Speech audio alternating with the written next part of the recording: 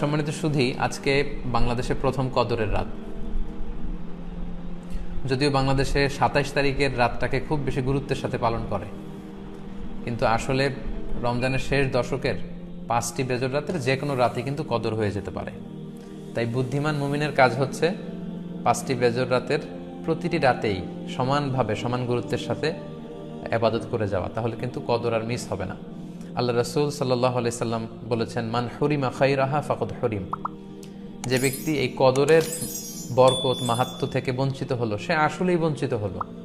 কারণ পুরো রমাদানের মূল আকর্ষণ হচ্ছে এই কদরকে ঘিরেই সবকিছু।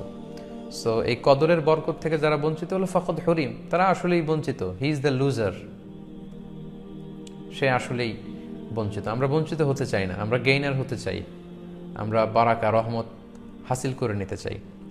আল্লাহ রাসূল সাল্লাল্লাহু আলাইহি ওয়াসাল্লাম ইরশাদ করেছেন, ফালতামিসু ফিল আশরিল আওয়াখিরি মিনাল ভিতর। রমজানের শেষ 10 দিনের মানে শেষ দশকের বেজর রাতগুলোতে কদর তালাশ করো।